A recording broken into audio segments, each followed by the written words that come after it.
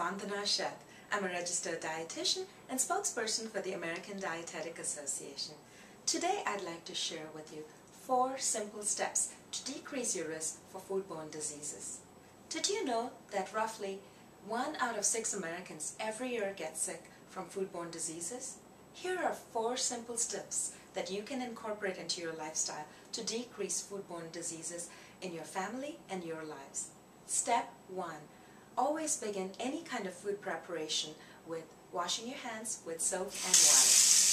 Proper hand washing may eliminate nearly half of all cases of foodborne illness and significantly reduce the spread of common cold and flu. It's very important that you wash your hands with soap and water for at least 20 seconds. And a good way to remember 20 seconds is to consider singing Happy Birthday chorus at least 2 times. Again, remember, washing hands is extremely important. Consider washing your hands before and especially after handling raw meat, seafood, and poultry.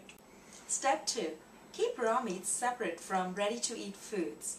The reason being, when juices from raw meats or seafood or chicken touch any cooked foods, there's a chance of cross-contamination, and that can increase our risk for foodborne illnesses. So extremely important, again, to keep raw meats, raw foods separate from ready-to-eat foods.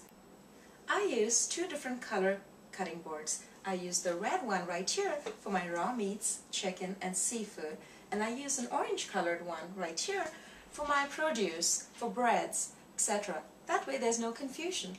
When you use cutting boards, it's extremely important that you make sure you wash them thoroughly with hot soapy water, and consider putting them in the dishwasher when you're done. Step 3. Cook food to proper temperatures. Relying on just the color of food or seeing if the juices run clear is not the best way to identify if food is cooked to the right temperature. Using a food thermometer is the best way, is the only way to identify if food is cooked to the proper temperatures.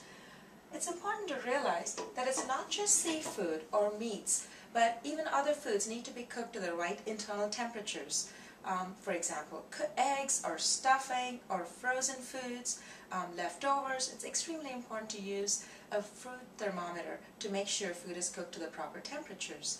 If you'd like a list of appropriate temperatures for food to be safe to decrease your risk for foodborne illness, consider visiting the website homefoodsafety.org to get a list of those temperatures. And also remember to wash your thermometer with hot soapy water after every use. Step 4. Quickly refrigerate foods promptly. This slows down the bacterial growth and decreases our risk for foodborne illnesses. Food needs to be maintained at a temperature of 40 degrees or below if it's in the refrigerator and 0 degrees or below if it's in the freezer.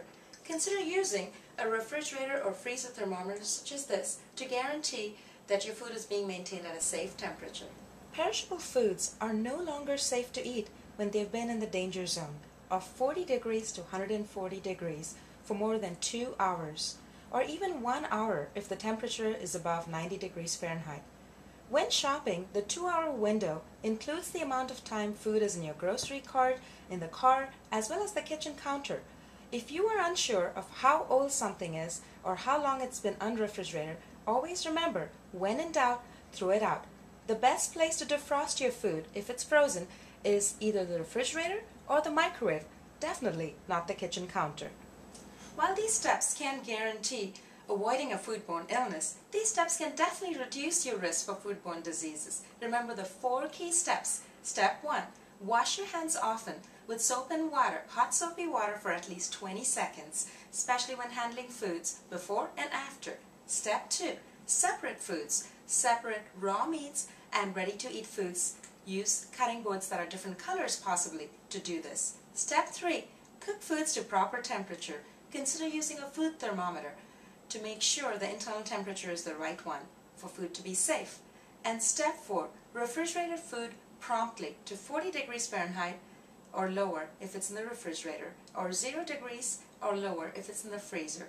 These 4 steps can definitely guarantee decreasing your risk for foodborne illnesses. If you'd like additional tips on home food safety, do visit the homefoodsafety.org website to get more resources and tools. This is provided by a collaboration of the American Dietetic Association and ConAgra Foods. This is Vandana Sheth, Registered Dietitian and spokesperson for the American Dietetic Association. I'm thrilled that you're here watching this video. Here's to a happy, wonderful, and safe summer.